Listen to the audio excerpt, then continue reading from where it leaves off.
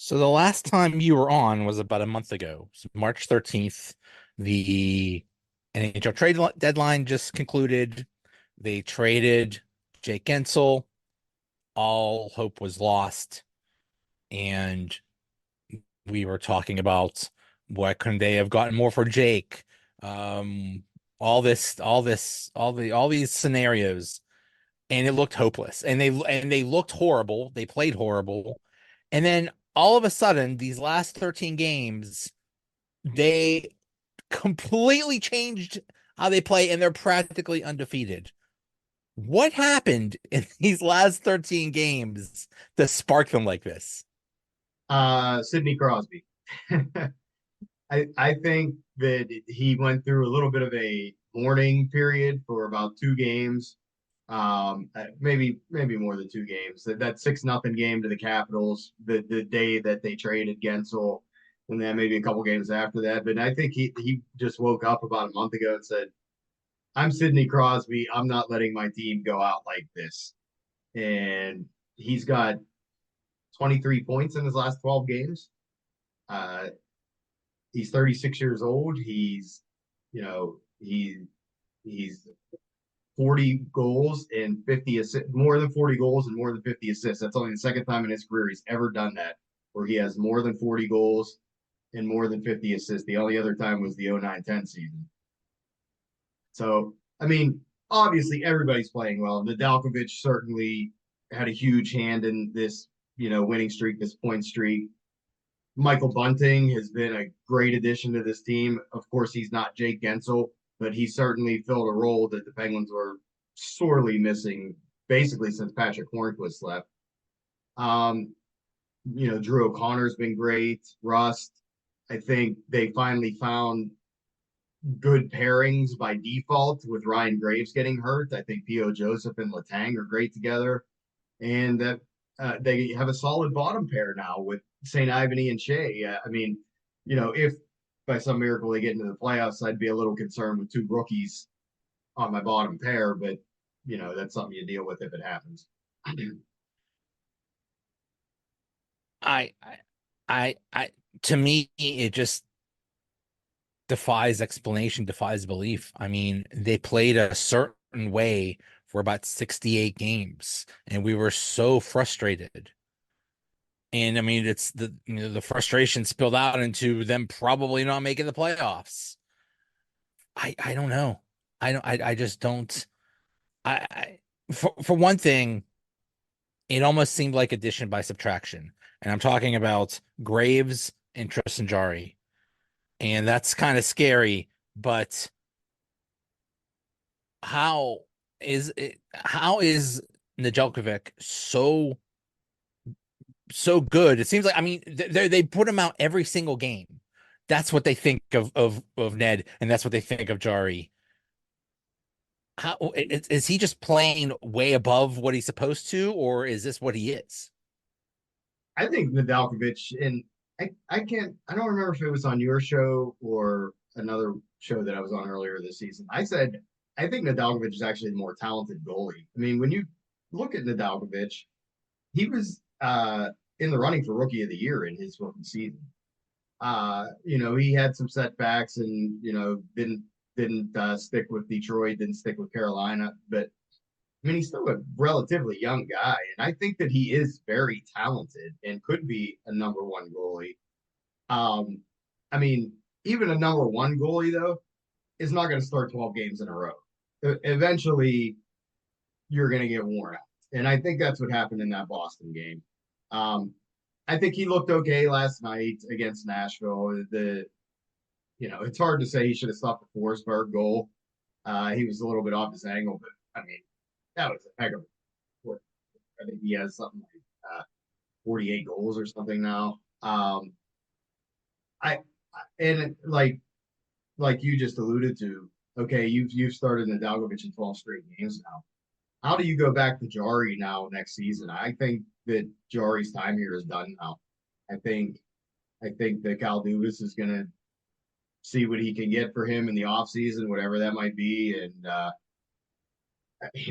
Maybe the plan is to sign Nadalkovich for a year or two. I mean, I think he's earned probably a 2-year contract at least at this point. Um, they've got Bloomquist in the minors. If you can trade Jari, maybe you retain some salary. I don't know, but I just don't see how you can possibly go back to him now after you had a guy that came in that was supposed to be the backup and started the last 12 games, the most 12 most important games of your season.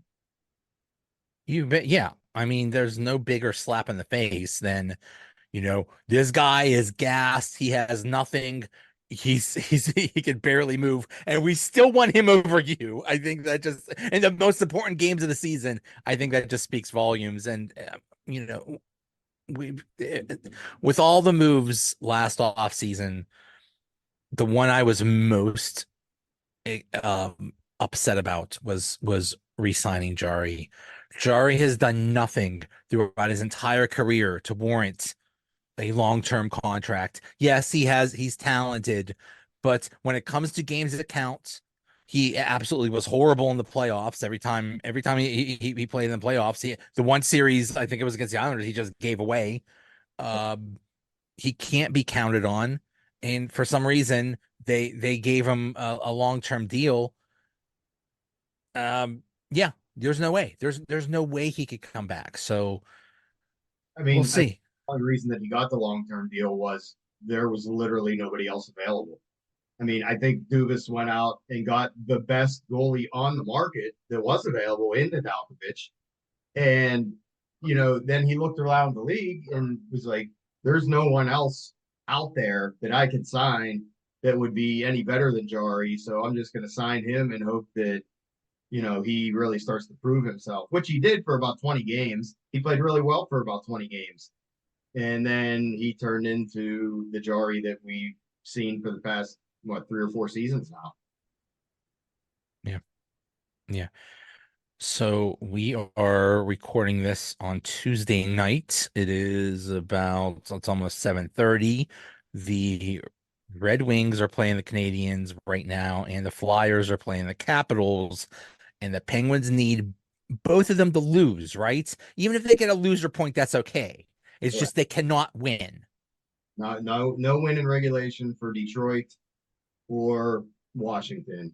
Yeah. If either one of them win in regulation, then the Penguins are.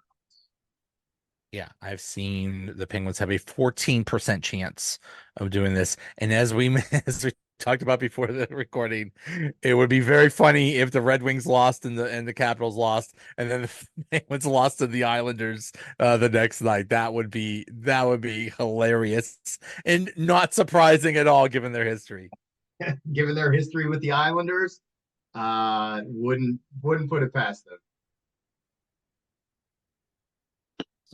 So we could say that there's a pretty good chance the Penguins will not make the playoffs for the second year.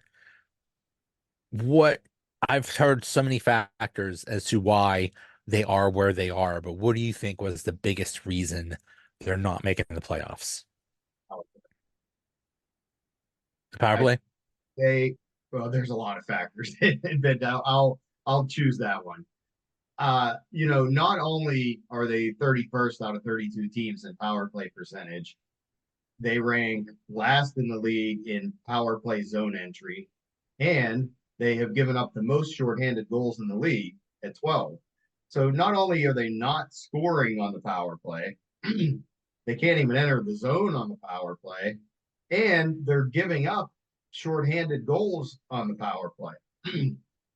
I mean, if you would have told me that this power play was going to be 31st in the league when they acquired Erik Karlsson, I would have said, you're crazy. But here we are.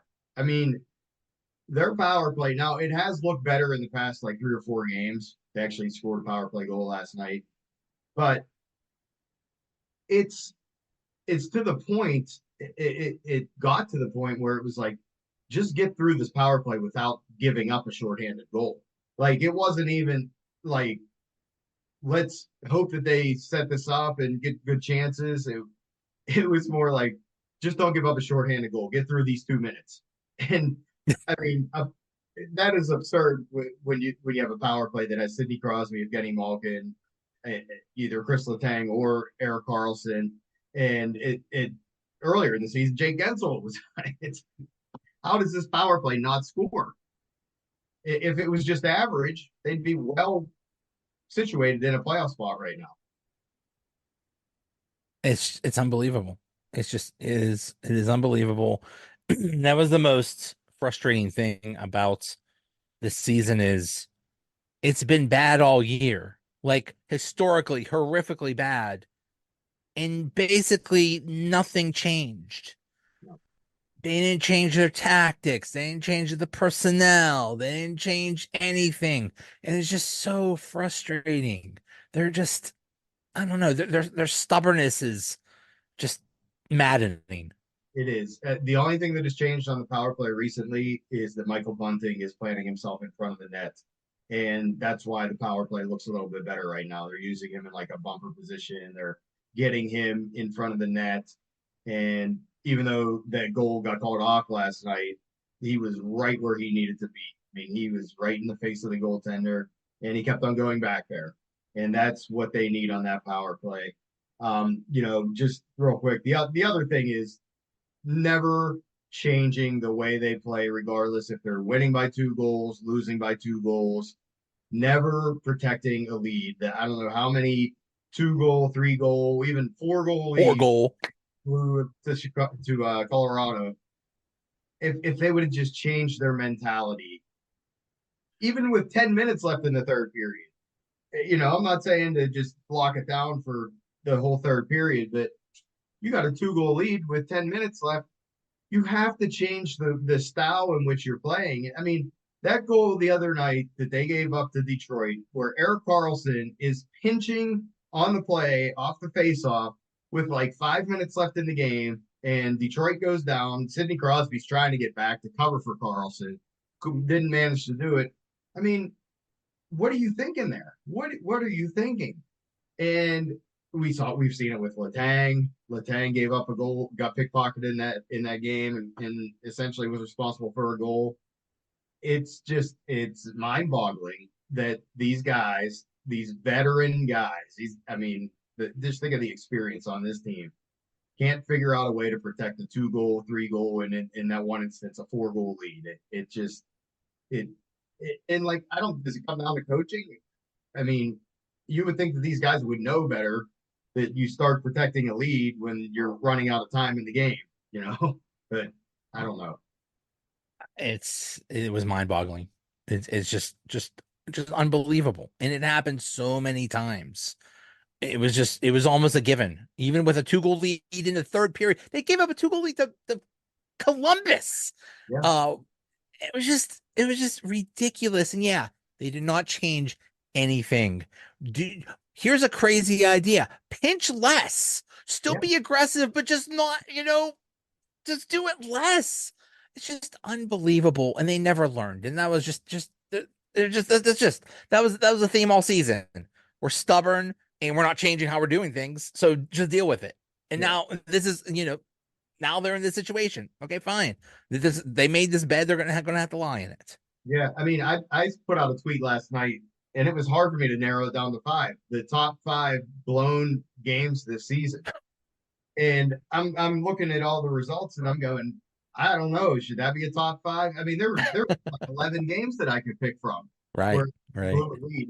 I mean, just a couple of the ones that I came up with. The game in Calgary where they were up by 2 goals with less than 10 minutes left. Chris Letang gets pickpocketed, and with 50 seconds left in regulation, Calgary goes ahead. 3 unanswered goals. Um, there was the game in Vegas where they were up by 2 goals in the third period and lost in regulation.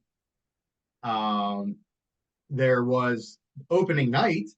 They blew a 2-0 lead to Chicago, yeah. Chicago. Um, they blew the 4-0 lead to Colorado.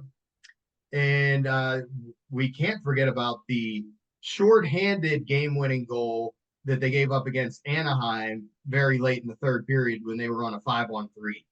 And the guy came out of the box, went on a breakaway, and scored on Jarry and game-winning shorthanded goal against Anaheim.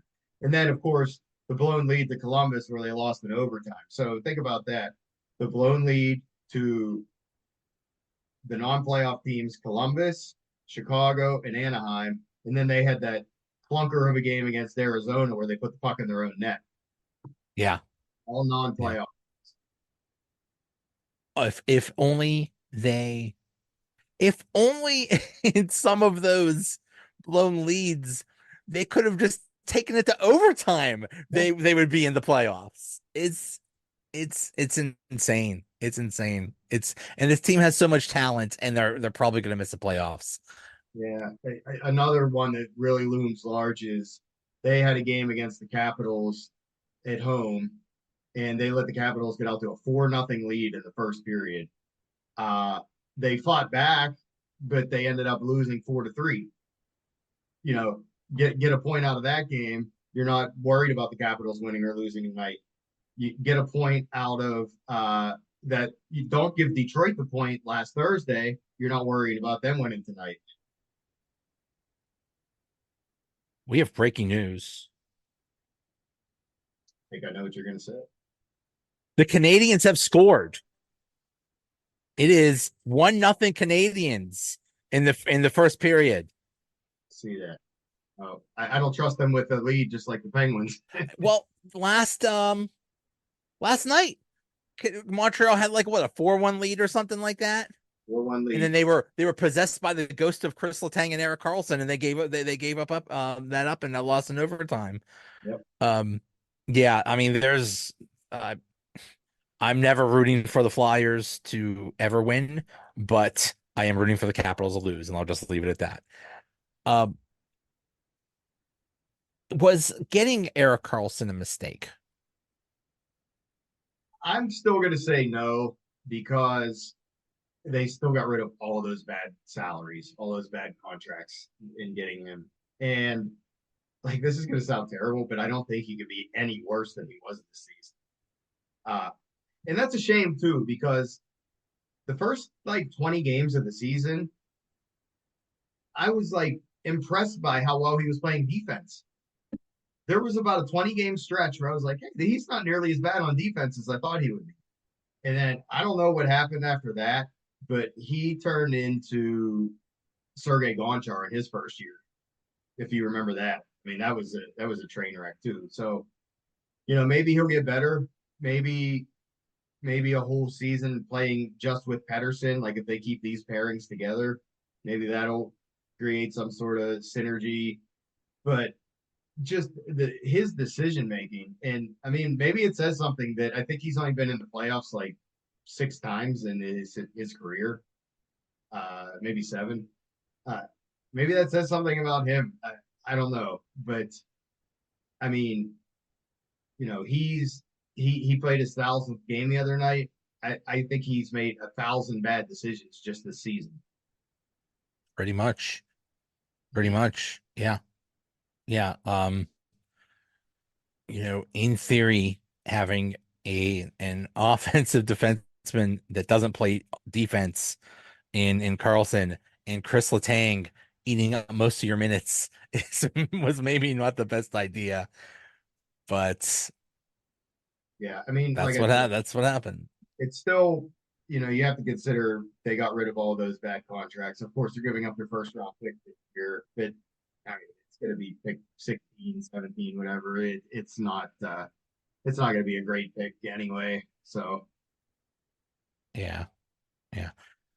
So they've done so well these past 13 games. Do you think they'll look at that and say, you know what, we don't need to really make that many changes?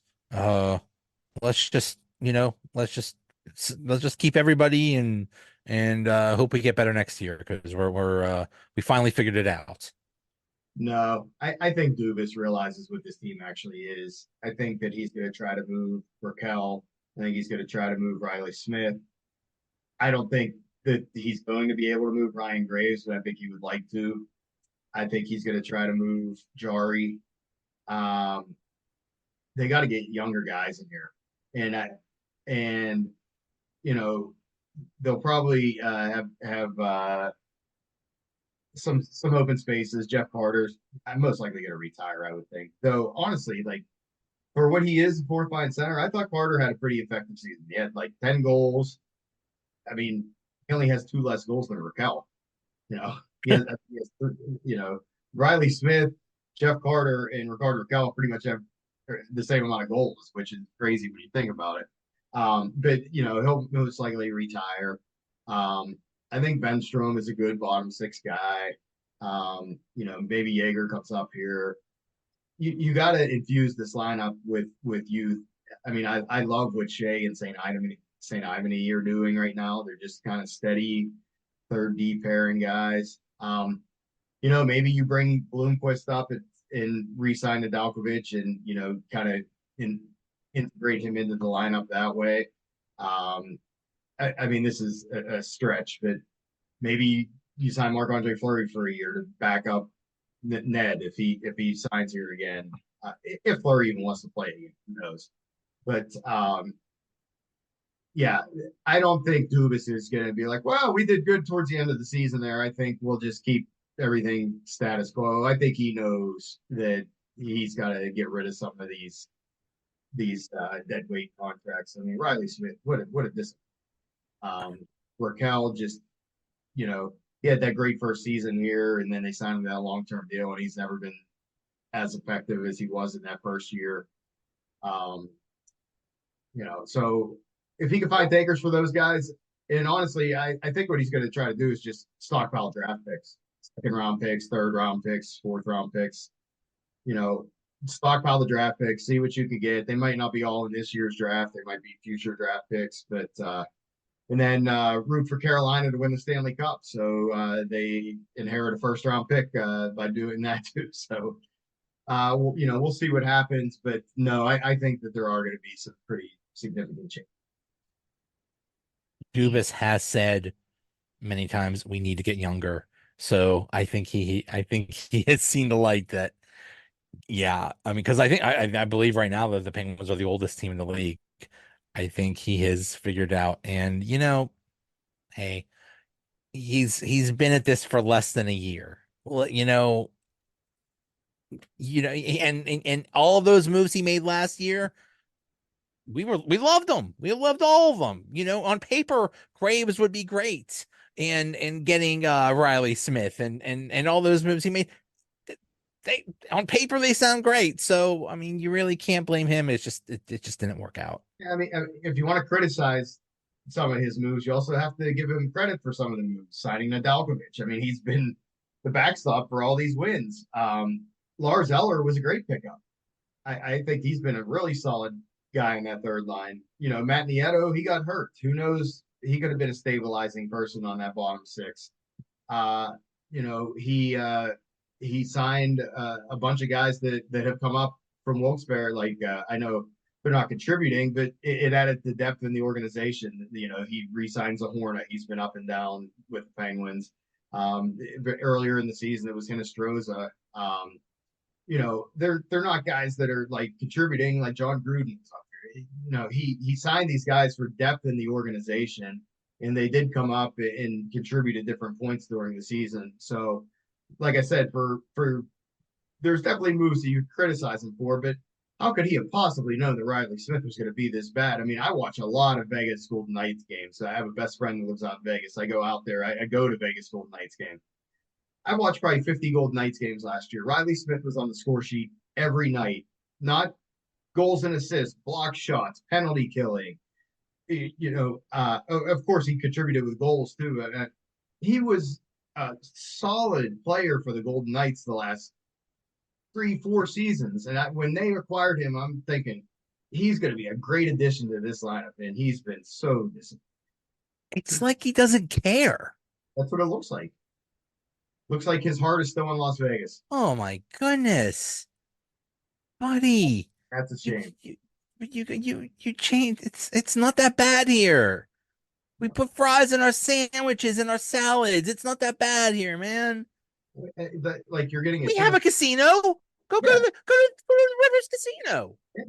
I mean, it's not like you're playing for the Sharks or the Blue Jackets here. I mean, you're getting to play with Letang, Carlson, Crosby, Malkin, Ensel was here at the beginning. I mean, there's still really good players here, and it's a very well run organization. And I just don't understand that at all.